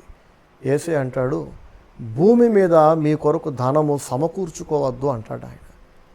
ఇక్కడ దొంగలు దోచుకుంటారు, చిమ్మట కొడుతుంది, నువ్వు చనిపోతే ఒక రూపాయి కూడా నీ వెంట రాదు. పరలోకములో ధనం సమకూర్చుకోండి, అక్కడ దొంగలు పడరు. పరలోకములో మీ ఆస్తి ఎక్కువగునట్లు అంటాడు ఆయన. అంటే పరలోకములో కూడా ఆస్తులు ఉంటాయంటే అవునండి. ఈ భూమి మీద అన్నిటికంటే ఎక్కువ విలువైంది మనుషుల దృష్టికి ధనమే కదా. అన్నిటికంటే ఖరీదైనది, విలువైనది, మనుషులు విలువైనదిగా భావించేది డబ్బే కనుక దేవునికి ఏదైనా ఇచ్చేటప్పుడు బెస్ట్ ఇవ్వాలి. మనం లీస్ట్ ఇవ్వకూడదు, విలువ లేనిది ఇవ్వకూడదు కదా, పనికి రానిది ఇవ్వకూడదు. ఎక్కువ వాల్యుబుల్ కానిది ఉంటుంది చూసారా, లీస్ట్ వాల్యుబుల్, దాన్ని తీసుకొచ్చి ఎలాగో ఇది పనికిరాదు, ఈ డబ్బు ఎలాగో చెల్లదు, చెల్లని నోట్లు, చినిగిపోయిన నోట్లు కొంతమంది కానుకలు పెట్టలే వేస్తుంటారు. బుద్ధిహీనులు, భక్తిహీనులు. ఎలాగో అది వాళ్ళకు పనికిరాదు కనుక, వాళ్ళకి ఎలాగో ఉపయోగపడదు కనుక తెచ్చి దేవునికి ఇచ్చేద్దాం అనుకుంటారు, బేదలకు ఇస్తుంటారు. ఇది చాలా తప్పండి. మన దృష్టికి, మనుషుల దృష్టికి అత్యంత ఖరీదైంది, విలువైంది, మనకి ప్రయోజనకరమైంది, దాన్ని దేవునికి ఇచ్చినప్పుడు దానికి ఫలితం ఉంటుంది. అది ఇచ్చినట్లు ఇక్కడ మనం చూస్తే యేసుప్రభువు చెప్పిన ఆ బేద విధవరాలు తన జీవనమంతా వేసేసింది. కానీ ఎంతోమంది ధనవంతులు తమ ధన సమృద్ధిలో నుండి ఆ సమృద్ధికి తగ్గట్లు ఇవ్వకుండా ఎంతో కొంత ఇచ్చారు. కాబట్టి యేసే అంటాడు, ఈమె వాళ్ళందరికంటే ఎక్కువ ఇచ్చింది దేవునికి అంటాడు. ఆలోచించండి, దేవునికి ఏది ఇస్తే అది తిరిగి దేవుని నుండి మనం తిరిగి ఎక్కువ పొందుకుంటాం కదా. కాబట్టి ధనవంతులు, పేదవాళ్ళు అందరూ ఒకరోజు ఈ లోకాన్ని విడిచిపెట్టి వెళ్ళిపోతారు. కానీ ఏదో ఒకరోజు మనం ఈ లోకాన్ని విడిచిపెట్టి దేవుని చేరుకున్న తర్వాత అక్కడ ఈ బీద విధవరాలు అందరికంటే ధనవంతురాలైన స్త్రీగా మనందరికీ కనిపిస్తుందని యేసే ఉద్దేశం. ఈ లోకమే శాశ్వతం అనుకొని, ఇక్కడ ఆస్తిపాస్తులే శాశ్వతం అనుకొని, ఇవన్నీ స్థిరాస్తులు అనుకొని, ఏమండి ఇప్పటిదాకా దాచిన వాటితో తృప్తి లేకుండా ఇంకా దాచి, 1 తరం 2 తరాలు సరిపడా దాచారు, తృప్తి లేక 10 తరాలు 20 తరాలు 30 తరాలు. ఎందుకు ఎంత ధనాపేక్ష చెప్పండి కదా. మీరు దేవుణ్ణి, సిరిని సేవించలేరు అన్నారు యేసయ్య. మత్తయి సువార్తలో మీరు చూస్తే you cannot serve God and money at the same time అంటాడు యేసయ్య. అంటే దేవుణ్ణి ఆరాధించాలనుకునే వాడికి డబ్బు పిచ్చి ఉండకూడదు. డబ్బు పిచ్చి ఉన్నవాడు దేవుణ్ణి ఆరాధించలేడు. సో ధనవంతులు అవడం తప్పు కాదు, కానీ ఒకడు ధనవంతుడు అయ్యే కొద్దీ డబ్బు పిచ్చి ఆటోమేటిక్గా పెరుగుద్దనే వాక్యం చెబుతుంది. ఎలా అంటే ఒక్క ఎగ్జాంపుల్ చెప్పి ఇక నేను ముగించేస్తా. 10 రూపాయలు సంపాదిస్తున్న స్థితిలో ఒక వ్యక్తి నమ్మకంగా 1 రూపాయి దేవుని పేరు మీద తెచ్చి ఇచ్చేవాడు అనుకోండి. 100 రూపాయలు సంపాదించే స్థితికి వచ్చాక అప్పుడు నమ్మకంగా 10వ భాగం అని 10 రూపాయలు తీసేవాడు. అలా 1000 రూపాయలు సంపాదించే స్థితి వచ్చింది, 10,000, ₹1,00,000, 10 లక్షలు సంపాదించే స్థితి వచ్చేసరికి వాడిలో దుర్బుద్ధి ప్రారంభమవుతుంది. ఇది నేను చెప్పడం కాదు, బైబిల్ చెప్తుంది. డబ్బు పెరిగే కొద్దీ భక్తి తగ్గుతుందనే దేవుని వాక్యం సెలవిస్తుంది. కాబట్టి మేము ధనవంతులం అవుతున్నామని మురిసిపోయే ప్రతి ఒక్కరు గుర్తుపెట్టుకోండి, పెరుగుతున్న మీ ధనంతో పాటు, పెరుగుతున్న మీ ఆస్తిపాస్తులతో పాటు మీ భక్తి పెరగాలి, మీ భయం పెరగాలి. భక్తి పెరిగిందని దేని బట్టి అంచనా వేస్తాం? దేవుని కొరకు, పేదల కొరకు ఇచ్చేదాన్ని బట్టే భక్తి కనబడుతుంది. 100 మాటలు మాట్లాడి దేవుడు అంటే నాకు అంత ప్రేమ ఇంత ప్రేమ అని ఒక యవనస్తుడు యేసయ్య దగ్గర సొల్లువాగాడు. కానీ చివరన యేసయ్య అంటాడు వాడితో, నీ ఆస్తి నమ్మి పేదలకు ఇచ్చి నువ్వు వచ్చి నన్ను వెంబడించనగానే వాడు ముఖం చిన్నబుచ్చుకుని వెళ్ళిపోయాడట. ఈరోజు చాలామంది అలాగే ఉన్నారండి. ఏమీ లేని నాడు, పేదవారు ఉన్ననాడు ఆ పేదరికముల నుండి నమ్మకంగా ప్రతి 10 రూపాయల సంపాదనలో రూపాయి దేవునికి ఇస్తారు. కానీ ఈ పేదవాడే రేపు ₹1,00,000 సంపాదించే ధనవంతుడిగా మారేసరికి ఆ పేదరికములో వీడుకున్న భక్తి కాస్త మాయమైపోయి, అమ్మో ఈ ₹1,00,000 నుంచి ఇప్పుడు 10,000 తీసుకెళ్ళి నేను ప్రతి నెల దేవునికి ఇవ్వాలా, నెలకి 10,000 అంటే సంవత్సరానికి ఎంత, 10 సంవత్సరాలకి ఎంత పోగొట్టుకుంటున్నా అని లెక్కలేయటం ప్రారంభిస్తాడు. ఇదే వ్యక్తికి ఒకవేళ 10 లక్షలు సంపాదించే స్తోమత కనుక దేవుడిస్తే అవసరమా ప్రతి నెల ₹1,00,000 తీసుకెళ్ళి దేవునికి ఇవ్వటం? అదేదో నేను దాచుకుంటే రేపు నా పిల్లలకు ఉంటుంది కదా అని మెల్లగా చాలా చౌకబారుగా లేదా లోక సంబంధంగా ఆలోచించడం ప్రారంభిస్తాడని, ఇది కూడా నా అభిప్రాయం కాదు, బైబిల్ తెలియజేస్తున్న సత్యం అండి. కాబట్టి కడుపు నిండిన వాడు తేనె పట్టునైనా తొక్కివేయను. నీ వాక్యము తేనె కంటే, జుంటి తేనె దారల కంటే మధురమైంది అంటాడు దావీదు. దేవుని వాక్యం తేనెతో పోల్చబడింది, తేనె కంటే మధురమైందని పోల్చబడింది. సో కడుపు నిండినవాడు అంటే బలపడ్డవాడు అని అర్థం, స్థిరపడ్డవాడు, దేవుని వలన దీవించబడ్డవాడు అని. ఆకలిగా ఉన్న స్థితిలో నుండి వాడు, ఎవడైనా ముందు ఆకలిగా ఉంటేనే కదండి తింటే కడుపు నిండేది. ఇవాళ బలంగా ఉన్న ప్రతివాడు ఒకప్పుడు పేదవాడే, ఒకప్పుడు ఏమీ లేనివాడే కాదంటారు చెప్పండి. ఇవాళ సొంత ఇల్లు కట్టుకొని అమ్మయ్య సొంత ఇంట్లో ఉంటున్నాం అనుకున్న వాళ్ళందరూ ఒకప్పుడు అద్దెంట్లో ఉన్న పేదవాళ్ళే కదా. సో మీ గతాన్ని మర్చిపోకండి, మీ మొదలు మర్చిపోకండి. మీరు ఎంత ఎదిగినా, ఎంత దీవించబడ్డా, ఒకప్పుడు మీ పేదరికములు ఏమీ లేని నాడు, మీకంటూ ఎవరూ లేని నాడు, మీరు ఒంటరిగా విడిచిపెట్టబడ్డనాడు, ఆ రోజు దేవునికి మీరు చేసిన ప్రామిసులు జ్ఞాపకం చేసుకోండి, వాటిని నెరవేర్చండి. భేద విధవరాలు దేవుని పట్ల చూపించిన ఆ అంకిత భావం, ఆ ప్రేమ ధనవంతులు చూపించలేకపోయారు. ధనము లేక కాదు, ప్రేమ లేక, ధనము లేక కాదు, భక్తి లేక, ఆస్తులు లేక కాదు, దేవునికి ఫస్ట్ ప్లేస్ లేక. సో దేవుడంటే ప్రేమ లేని, దేవునికి మొదటి స్థానము ఇవ్వని ధనవంతులు నీకు కావాలా? పేదరికములో ఉండి కూడా నా దేవుడు, నా దేవుని పని, నా పని, ముందు దేవుడు తర్వాత ఇంకేదైనా అనే తెగింపు చూపించే, ప్రేమను చూపించే పేదవాళ్ళు కావాలా అని దేవుడు నన్ను అడిగితే, బైబిల్ బాగా తెలిసిన దైవజనుడిగా నేను భక్తి, ప్రేమ, అంకిత భావము, మాట మీద నిలబడే నిఖార్సైన పేదవాళ్ళనే కోరుకుంటా. ఎందుకంటే భక్తి కలిగిన పేదవాళ్ళతో అయ్యే పనులు భక్తిహీనులైన ధనవంతులతో కావండి. ఈ మాట నేను ధనవంతులమని భావించే వాళ్ళందరికీ కాస్త బాధ కలగచ్చు, కానీ నిజం చెప్తున్నా. అర్థమవుతుందా? ఒకడు ధనవంతుడు అవ్వటం వలన వాడు డబ్బును దాయటం ప్రారంభిస్తాడు. దాయటం తప్పు కాదు, మళ్ళీ చెప్తున్నా. దేవుణ్ణి పానంగా పెట్టి, బేదలను పానంగా పెట్టి, వాక్యాన్ని పానంగా పెట్టి, దీన్నే ధనాపేక్ష అంటారు. ధనవంతుడు పరలోక రాజ్యంలో ప్రవేశించుట దుర్లభము అని యేసయ్యే అన్నాడంటే, నేను ధనవంతుడిని అవుతున్నా అనుకునే ప్రతి ఒక్కరి భయపడండి, ఆలోచించండి. ధనవంతులు కావద్దని కాదు, కానీ ధనవంతులం అయ్యే కొద్దీ, దీవించబడుతున్న కొలది ధనాన్ని ఎక్కువ ప్రేమించి, ధనాన్ని దాచి, ఏమండి దేవుని పక్కన పెట్టి, దేవునికి తక్కువ ప్రాధాన్యతనిచ్చి, మన సమృద్ధికి తగ్గట్లు కాకుండా ఏదో కొంత బిచ్చవేసినట్లు దేవుని కొరకు, బేదల కొరకు పారేస్తే, నా ప్రియ సహోదరి సహోదరులారా, వాక్యం ముగించే ముందు మళ్ళీ చెప్తున్నా, దాసినంత మాత్రాన పని పూర్తయినట్టు కాదు కదా. ఇల్లు అలకగానే పండగ కాదంటారు చూడండి. దాసిన ఎంతోమంది వాటిని అనుభవించట్లా. ఇప్పుడు క్యాబ్ డ్రైవర్గా పనిచేస్తున్న ఐటీ మంత్రి ఎన్ని ఆస్తులు దాచాడు ఆఫ్ఘనిస్తాన్లో కదా, ఎన్ని ఆస్తులు పోగేశాడు. కానీ అవన్నీ తాలిబాన్ల వశం అయిపోయింది. ఎక్కడో తాలిబాన్లు ఏదో చేస్తే ఇక్కడ ఇండియాలోన మాకేం జరుగుద్ది అంటారా? తాలిబాన్లు ఇండియా, ఏపీ, తెలంగాణ, తెలుగు రాష్ట్రాలు, ఇజ్రాయెల్ దేశం ఇవన్నీ ఒక భూగోళం మీద ఉన్నాయని మర్చిపోకండి. అర్థమవుతుందా? ఈ భూమి మీద ఎప్పుడు ఏం జరగాలన్నా అది దేవుని సెలవుతోనూ జరుగుతుంది. నాకేం కాదులే అనే ఈ నిర్లక్ష్య ధోరణి ఎంతోమంది కొంప ముంచుతుంది. తర్వాత కొంప మునిగినాక అప్పుడు తెలివి వచ్చినా, అప్పుడు మేలుకొన్నా, అప్పుడు దేవుని కొరకు ఏదో చేద్దాం అనుకున్నా ఏం ప్రయోజనం ఉండదు. ఈ సందర్భంగా దేవుని సేవకులను తక్కువ చేసి మాట్లాడే మూర్ఖులు, బుద్ధిహీనులు, సిగ్గులేని మనుషుల గురించి చెప్తున్నా వినండి. ఇంతసేపు బ్రదర్ ధనవంతుల గురించి, డబ్బు గురించి మాట్లాడాడంటే ఈయనకి డబ్బు అవసరమని కాదు. నా అనుభవం ఏంటంటే పేదలే దేవుని సేవ కొరకు ఇంకెక్కువ ఉపయోగపడతారు. ఎందుకంటే వాళ్ళకి ఆశ, నా పేదరికం దేవుడు తీసేస్తాడేమో, నా కడుపు నిండా తినడానికి దేవుడు భోజనం ఇస్తాడేమో, కప్పుకోవడానికి బట్టలు ఇస్తాడేమో అని చెప్పి ఆశతో దేవునికి లోబడతారు.